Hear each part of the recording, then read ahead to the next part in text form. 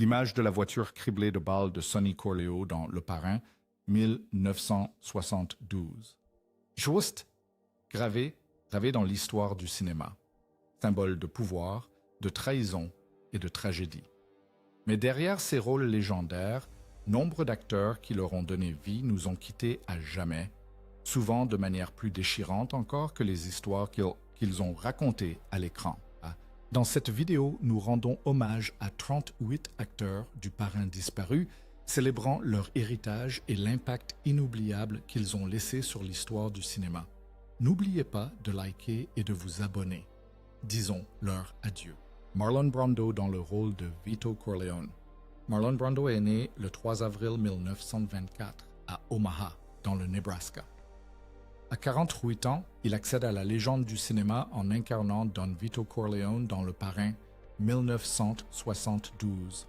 Avec sa voix rauque et son regard solennel, Brando incarnait le patriarche mafieux vieillissant avec une autorité troublante, ce qui lui valut son deuxième Oscar. Mais loin des plateaux de tournage, la vie de Brando était tumultueuse. Il connut 3 mariages orageux, tout soldés par un chagrin d'amour. Sa première épouse, Anna Cachi, le quitta après moins de 2 ans. Son second mariage avec Movita Castana fut annulé faute de divorce légal.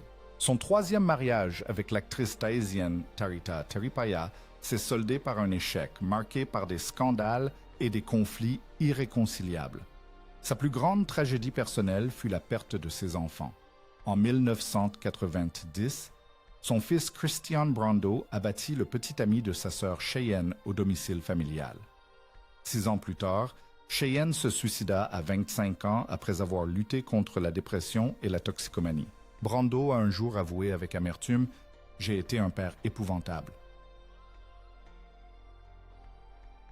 Rongé par la culpabilité et le chagrin, il s'est replié sur lui-même et est devenu obèse et alcoolique. Marlon Brando est décédé le 1er juillet 2004 au centre médical UCLA à l'âge de 80 ans. Son décès est dû à une insuffisance respiratoire liée à une fibrose pulmonaire et à une insuffisance cardiaque congestive. Il souffrait également de diabète et d'un cancer du foie. Ses cendres ont été dispersées à Tahiti, son dernier paradis, et dans la vallée de la mort, aux côtés de celles de son ami le plus proche, Wally Cox. James Caan dans le rôle de Sonny Corleone.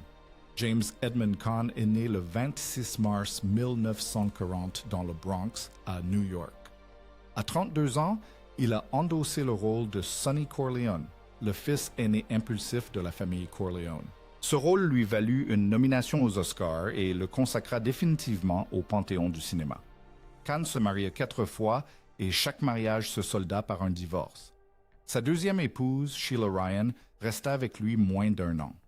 Il eut 5 enfants, dont l'acteur Scott Caan, malgré des relations souvent tendues. James a admis plus tard regretter de ne pas avoir été suffisamment présent dans la vie de ses enfants. Les années 1980 ont été sa période la plus sombre. Après avoir perdu sa sœur adorée des suites d'une leucémie, Caan a sombré dans la dépression et la toxicomanie et a disparu des écrans pendant 5 ans.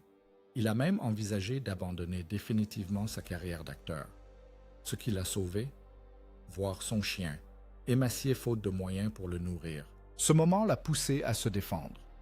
En dehors du cinéma, Caan était ceinture noire, 6e dan de karaté, participant à des rodéos et connu pour son style de vie débridé. Il a admis avoir été soupçonné par le FBI de liens présumés avec la mafia et a même été accusé d'avoir engagé quelqu'un pour agresser Joe Pesci à cause d'une facture d'hôtel impayée. Même à un âge avancé, il n'a jamais cessé de travailler. Delph, 2003, A Get Smart, de 2008, en passant par Queen Bees, 2021, et son dernier rôle dans Fast Charlie, 2023. Avec Pierce Brosnan, il a persévéré. Il a même supplié Francis Ford Coppola de lui accorder un caméo dans Megalopolis, le qualifiant de chant du cygne. James Caan est décédé le 6 juillet 2022 à Los Angeles, à l'âge de 82 ans, des suites d'une crise cardiaque provoquée par une maladie coronarienne. Il souffrait également de BPCO et d'insuffisance cardiaque congestive. Il repose au cimetière Eden Memorial Park, parmi les grandes figures juives d'Hollywood. John Cazale dans le rôle de Fredo Corleo. John Holland Cazale est né le 12 août 1935 dans le Massachusetts. À 37 ans, il interprète Fredo Corleo dans Le Parrain, le frère faible, désorienté et finalement trahi. La vulnérabilité de Fredo suscita colère et profonde compassion, faisant écho à la tristesse silencieuse qui habitait la vie de Cazale. En seulement 6 ans, Cazale ne joua que dans 5 films, mais chacun d'eux fut nommé à l'Oscar du meilleur film. De The Conversation à Dog Day Afternoon, du Parrain 2, Voyage au bout de l'enfer. Ces interprétations étaient empreintes d'une profondeur émotionnelle bouleversante. Le réalisateur Sidney Lumet a déclaré « Cazale était empreint d'une tristesse infinie. Cela transparaissait dans chaque plan. » Puis tomba une nouvelle dévastatrice, un cancer du poumon en phase terminale.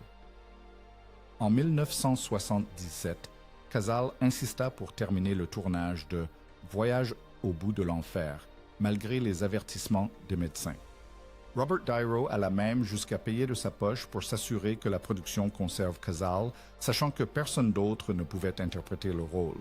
Sa compagne Meryl Streep resta à ses côtés jusqu'au bout, luttant pour le retenir un peu plus longtemps. John Cazale s'éteignit le 13 mars 1978 à New York, à l'âge de 42 ans. Il fut inhumé au cimetière Holy Cross de Malden, dans le Massachusetts. Le film Le chasseur de surfs n'était pas encore sorti, mais pour des amis comme Al Pacino, Cazale était et resterait à jamais l'un des plus grands acteurs de notre époque. Alfredo Lettieri, né le 24 février 1928, a livré à 44 ans une performance glaçante dans Le Parrain, 1972, incarnant Virgil le Turc Soloto, trafiquant d'héroïne froid et calculateur qui ose défier Vito Corleone. Lettieri a donné vie à un personnage si menaçant que même Vito Corleone lui-même n'osait pas l'affronter. Ce qui a rendu cette performance inoubliable, c'est que Lettieri était intimement lié au personnage. Parlant couramment italien et ayant, semble-t-il, un lien de parenté avec Thomas Aboli, le véritable parrain de la mafia genovese, Lettieri vivait et respirait l'univers qu'il incarnait. Al Pacino a révélé plus tard, dans ses mémoires parus en 2024, que Lettieri l'avait emmené rencontrer de véritables mafieux afin de l'aider à mieux comprendre le rôle de Michael Corleo. Avant Le Parrain, Lettieri a incarné des personnages de dur à cuire face à des icônes comme Marlon Brando, La Nuit du lendemain, Steve McQueen, Get Happens et Charles Bronson, Mr. Majestic. Il a même écrit l'adaptation du film de gangster Villain, 1971. Qu'il joue un brute ou un séducteur, Lettieri semblait toujours naturel. Il était l'expression même de sa vérité. Mais derrière l'écran se cachait un homme rongé par le vice. Il vivait comme un gangster, accro à l'alcool et au tabac, faisant la fête sans retenue et traversant 2 mariages ratés. Ses amis disaient qu'il paraissait constamment épuisé, comme s'il savait que ses jours étaient comptés. Le 18 octobre 1975, 3 ans seulement après que Le Parrain l'ait propulsé sur la scène internationale, Alieri décède d'une crise cardiaque à New York à l'âge de 47 ans. Richard S. Castagnano dans le rôle de Peter Clemenza. Richard Salvatore. Castagnano est né le 4 septembre 1933 dans le Queens, à New York, de parents immigrés siciliens. À 39 ans, il interprète Peter Clemenza dans Le Parrain, 1972, le fidèle et rusé chef du régime Capo, célèbre pour sa réplique improvisée devenue culte. Laisse le flingue, prendre les cannolis. Déjà nommé aux Oscars pour Lovers and Other Strangers, 1970, Castagnano était un visage familier du petit et du grand écran, notamment grâce à ses rôles dans The Super, 1972, et Joe and Sons, 1975-1976. Il incarnait souvent des pères italiens bourrus mais attachants, mêlant force et charme. Cependant, il ne reprit pas son rôle dans Le Parrain 2, apparemment en raison d'un désaccord avec le réalisateur Francis Ford Coppola concernant le contrôle créatif de ses dialogues. Son absence a sans doute marqué le début d'un déclin progressif de la scène médiatique. Castiano a également dû faire face à des problèmes de santé et à des pressions personnelles. Il a souffert de problèmes cardiaques et du stress lié à son métier, ce qui a pesé sur ses relations. Il a été marié 2 fois. Un de ses mariages s'est soldé par un divorce. Le second a duré, mais s'est tendu à mesure que sa santé se détériorait. Le 10 décembre 1988, Richard Castellano décède subitement d'une crise cardiaque à son domicile de North Bergen, dans le New Jersey, à l'âge de 55 ans. Sa mort prématurée laisse Hollywood en deuil d'un talent qui n'a jamais pu pleinement s'épanouir. Sterling Hayden dans le rôle du capitaine McCluskey. Sterling Hayden est né le 26 mars 1916 à Upper Montclair, dans le New Jersey. À 56 ans, il a incarné le capitaine McCluskey, personnage corrompu et brutal, dans Le Parrain. Un rôle éphémère, mais qui a marqué les esprits grâce à sa stature imposante et son regard torturé. Du haut de son mètre 95, Hayden fut un temps considéré comme le plus bel homme du cinéma des années 1940. Pourtant, il abhorrait la célébrité hollywoodienne, ne l'apercevant que comme un moyen de financer sa véritable passion, la voile. Il traversa les océans, s'éclipsa des plateaux de tournage et vécut pour la mer. Cette quête de liberté eut un prix personnel. Il connut 2 échecs matrimoniaux, d'abord avec l'actrice Mylene Carroll, puis avec Betty DeNoon, et se brouilla avec ses enfants. Rongé par l'alcoolisme et la culpabilité, il exprimait souvent son dégoût de lui-même pour avoir cédé aux sirènes d'Hollywood. « Je n'ai jamais voulu être acteur », disait-il. « Je voulais juste un bateau et partir. » Malgré son aversion pour le genre, Hayden a livré des prestations inoubliables dans des classiques du film noir comme Quand la ville dort et l'ultime razzia, et a fait un retour triomphal dans Dr. Folamour, incarnant le général Jack D. Ripper, un personnage dérangé. Son rôle dans Le Parrain, bien que bref, était symbolique de ses conflits intérieurs. Sterling Hayden est décédé d'un cancer de la prostate le 23 mai 1986 à Salillo, en Californie, à l'âge de 70 ans. Marin, acteur, rebelle, âme déchirée entre devoir et rêve, il demeure l'une des énigmes les plus fascinantes du cinéma. Richard Conte dans le rôle de Don Elio Barzini. Richard Conte, né Nicholas Peter Conte, a vu le jour le 24 mars 1910 à Jersey City, dans le New Jersey. À 62 ans, il interprète Don Emilio Barzini, un parrain rival au visage impassible dans Le Parrain. Il orchestre discrètement les trahisons les plus sanglantes du film. Dans la vie, Conte partageait l'ambition et la ténacité de son personnage. Pour survivre, il exerça divers métiers: chauffeur routier, serveur-chanteur et vendeur de chaussures. Alors qu'il travaillait dans un complexe hôtelier du Connecticut, il fut découvert par Elia Kazan, une rencontre qui changea sa vie. Durant les années 1940 et 1950, Conte s'imposa comme une figure majeure du film policier et du film noir, notamment grâce à ses rôles dans Le Cri de la ville, Tourbillon et Le Grand Combo. Avec ses traits fins et sa voix autoritaire, il devint l'archétype du méchant à la fois suave et mortel. La vie personnelle de Conte, cependant, fut marquée par de nombreuses épreuves. Il se maria 2 fois. Son premier mariage avec l'actrice Ruth se termina par un divorce, tandis que son second, avec Shirley Garner, dura jusqu'à sa mort, mais fut mis à rude épreuve par des problèmes de santé et des soucis financiers. Son fils, Mark Conte, devint monteur, et son petit-fils, Chris Conte, joua en NFL. Le 3 avril 1975, Conte fut victime d'un infarctus massif et d'un AVC.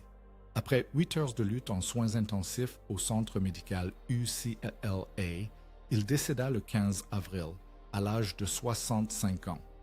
Il fut inhumé au cimetière Westwood Memorial Park de Los Angeles, parmi les légendes d'Hollywood où il avait toute sa place. John Marley dans le rôle de Jack Waltz. Né Mortimer Leon Marley le 17 octobre 1907 à Harlem, New York, John Marley avait 65 ans lorsqu'il incarna Jack Waltz dans Le Parrain, 1972. Dans une prestation brève mais inoubliable, il interpréta l'arrogant producteur hollywoodien dont la rébellion donna lieu à l'une des scènes les plus iconiques du cinéma. La découverte de la tête tranchée de son cheval de grande valeur dans son lit, Le cri d'horreur déchirant de Marley est devenu une image marquante du cinéma du 20e siècle. Au cours d'une carrière de 45 ans, Marley a joué dans près de 250 films et séries télévisées. Il a remporté la Coupe Vulpi à la Mostra de Venise en 1968 pour le film Faces de John Cavetti et a été nommé aux Oscars et aux Golden Globes pour son interprétation poignante dans Love Story en 1970. Mais c'est Le Parrain qui l'a inscrit définitivement dans la culture populaire, malgré un temps d'écran limité. Malgré une filmographie prolifique, Marley n'a jamais atteint le statut de star international. Cette relative discrétion le frustrait parfois. Il s'est marié 2 fois et a eu 3 enfants, mais ses dernières années ont été marquées par l'isolement et une santé déclinante. Son second mariage avec Beverly souffrit de son isolement et de sa maladie cardiaque. En 1984, à 76 ans, John Marley décéda des suites d'une opération à cœur ouvert. Il fut inhumé discrètement au cimetière de Cedar Park à Emerson, dans le New Jersey. Un hommage empreint de sobriété, à l'image de cet homme qui, jadis, entra dans la légende du cinéma par ses cris. Abwigod dans le rôle de Salvatore Tessio. Abwigod est né le 24 février 1921 à Brooklyn, New York, de parents juifs russes immigrés. À 51 ans, il interprète Salvatore Tessio dans Le Parrain, 1972, l'ancien fidèle du régime Kappar qui finit par trahir la famille Corleo. Bien que son rôle se limite au premier film, Tessio devient un symbole de trahison silencieuse, et Vigod livre une performance d'une immobilité et d'une résignation troublantes. Hors des plateaux de tournage, Vigod est devenu presque aussi célèbre pour sa longévité que pour son jeu d'acteur. En 1982, le magazine People annonça par erreur son décès, ce qui le poussa à poser dans un cercueil, l'article à la main, pour prouver qu'il était bien vivant. La blague se transforma en un running gag pendant des décennies. À la télévision et sur Internet, Vigod lui-même jouant souvent la carte de l'humour macabre. Il s'est marié 2 fois, mais n'a trouvé dans aucune de ses unions un bonheur durable. Après le décès de sa seconde épouse en 1992, il a vécu reclus, reconnaissant ouvertement sa frustration d'être cantonné à des seconds rôles qui freinaient son épanouissement artistique. Pourtant, l'intensité discrète de Vigod a transformé cette contrainte en son héritage.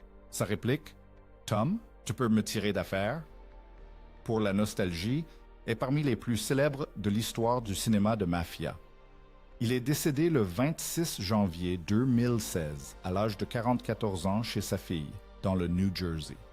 Plus la chute d'une rumeur de décès, mais le point final d'une vie longue et riche en événements. Al Martino dans le rôle de Johnny Fontane. Né Jasper Scene le 7 octobre 1927 à Philadelphie, Al Martino incarna à l'âge de 45 ans le personnage de Johnny Fontane, le complice du parrain.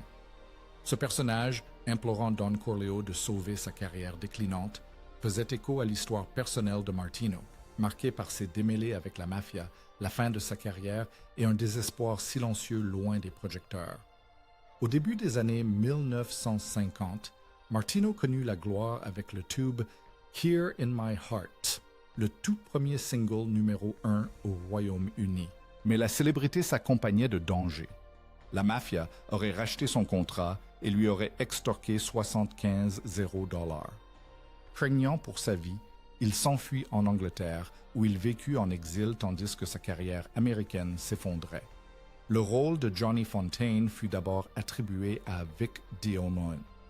Mais Martino, avec l'aide présumée du parrain Russell Bufalino, fit pression sur le studio en publiant des articles négatifs. Craignant des représailles, Diamond se retira et Martino reprit le rôle. En quelque sorte, il devint Johnny Fontane par son incarnation. Martino se maria 3 fois, les 2 premiers mariages se soldant par un divorce. Il lutta contre l'alcoolisme et des difficultés financières à la fin de sa vie, mais resta aimé pour sa voix de baryton chaleureuse et sa présence dans les rediffusions du parrain.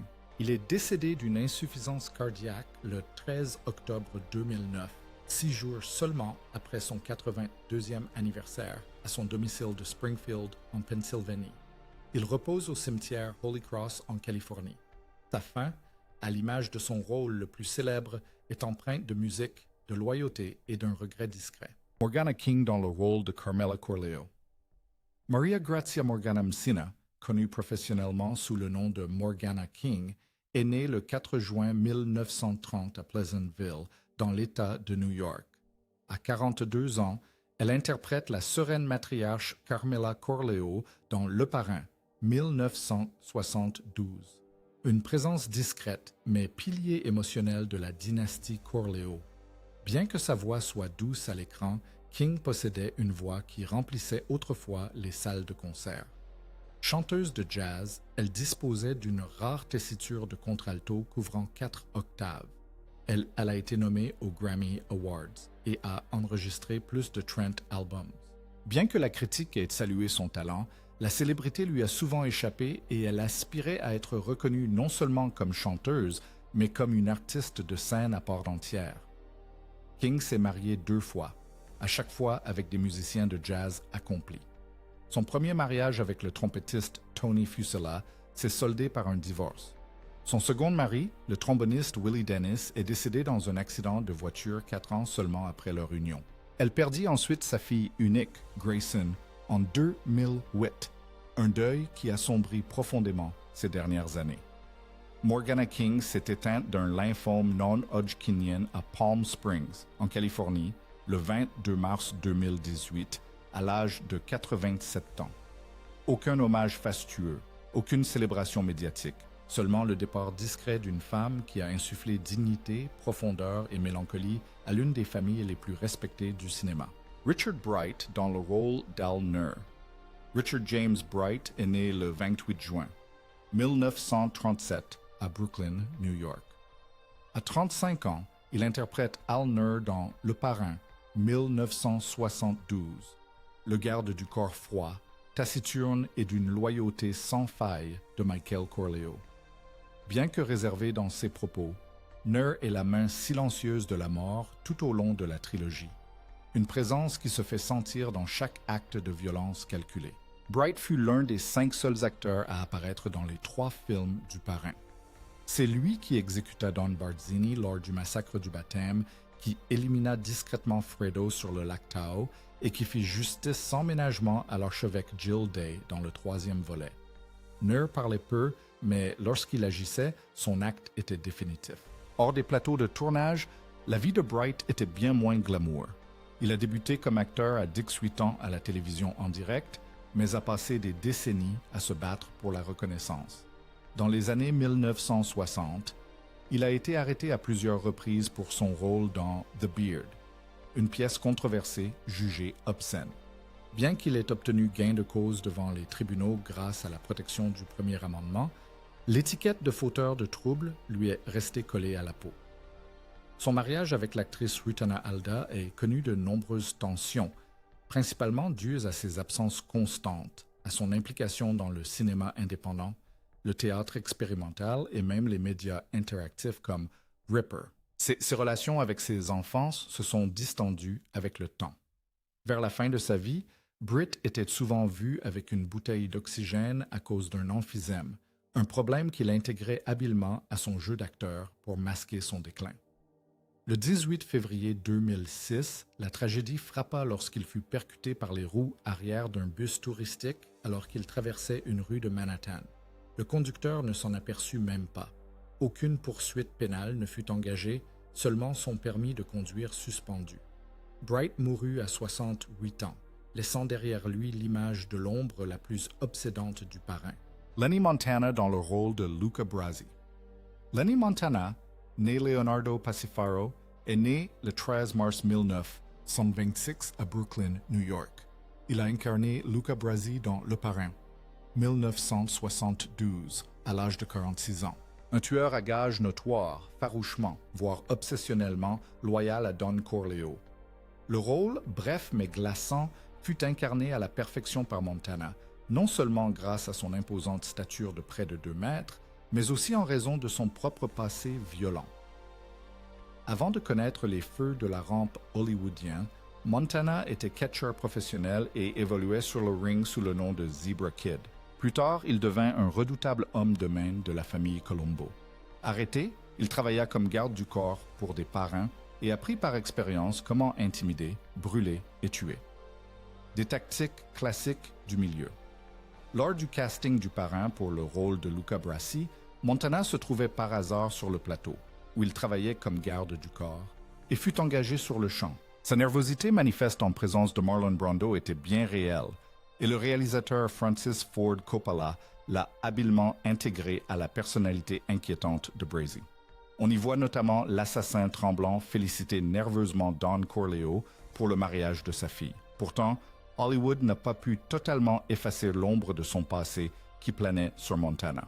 Après le film, il accepta quelques seconds rôles dans des films d'action et à la télévision, mais resta cantonné à l'image de gros bras.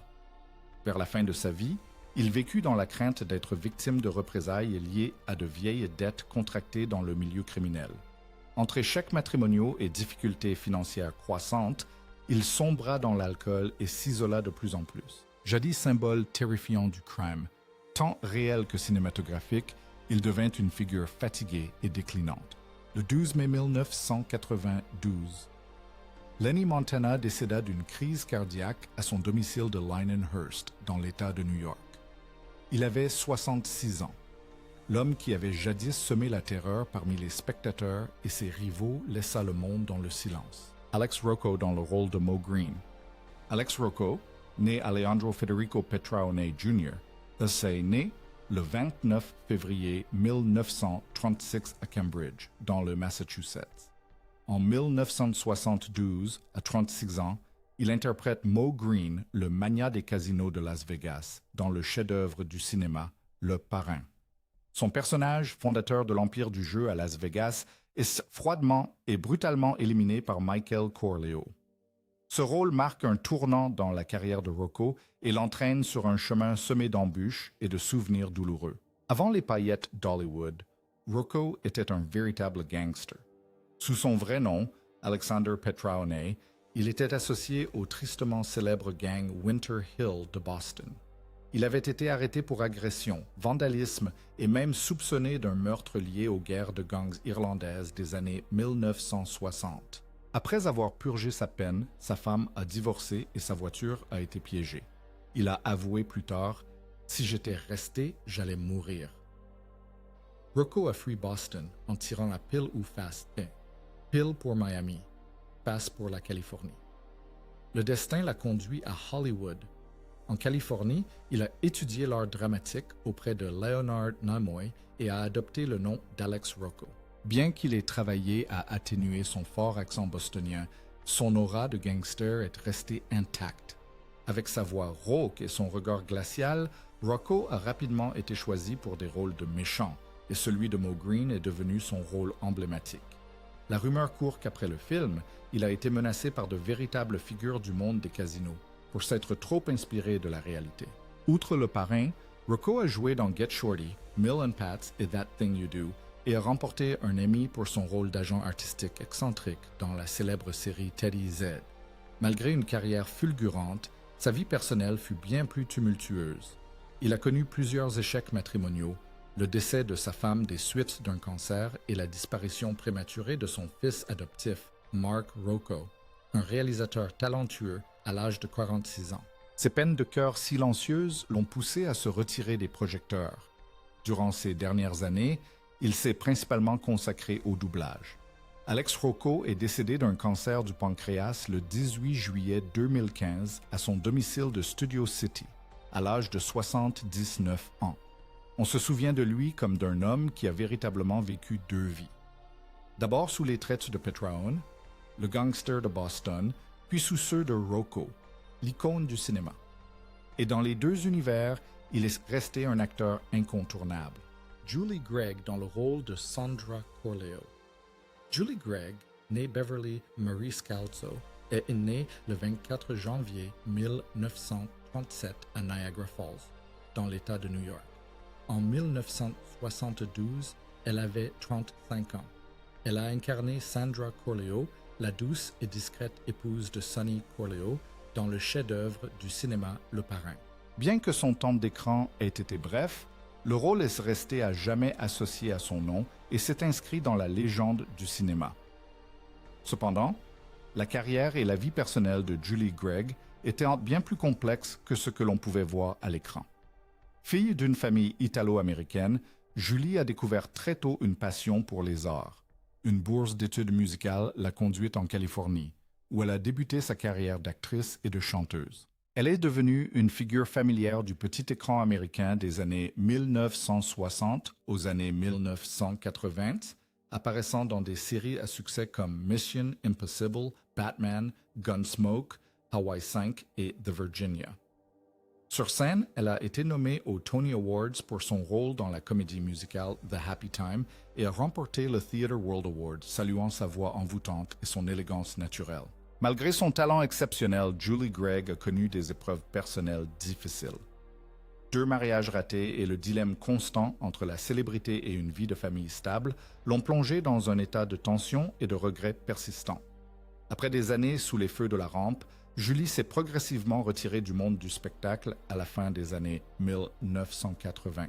Sa dernière apparition à la télévision remonte à 1987. Julie Gregg s'est éteinte des suites d'un cancer le 7 novembre 2016 à Van, New York, en Californie, à l'âge de 79 ans. Ses obsèques furent discrètes, sans faste médiatique. Elle a quitté ce monde paisiblement, à l'image de son personnage dans Le Parrain. Douce, résiliente, portant son fardeau en silence. Une artiste de grand talent dont la vie fut ponctuée de triomphes et de peines, pour la plupart tous. Le Parrain est bien plus qu'un film. C'est un héritage dont l'écho résonne encore à travers le temps. Pourtant, les histoires vraies des acteurs recèlent leur propre tragédie et triomphes. Quel personnage du Parrain vous a le plus marqué? Et que ressentez-vous aujourd'hui en connaissant le destin des acteurs qui l'ont incarné? Partagez vos impressions dans les commentaires. Aimez et abonnez-vous pour continuer à découvrir les histoires cachées des légendes inoubliables du cinéma.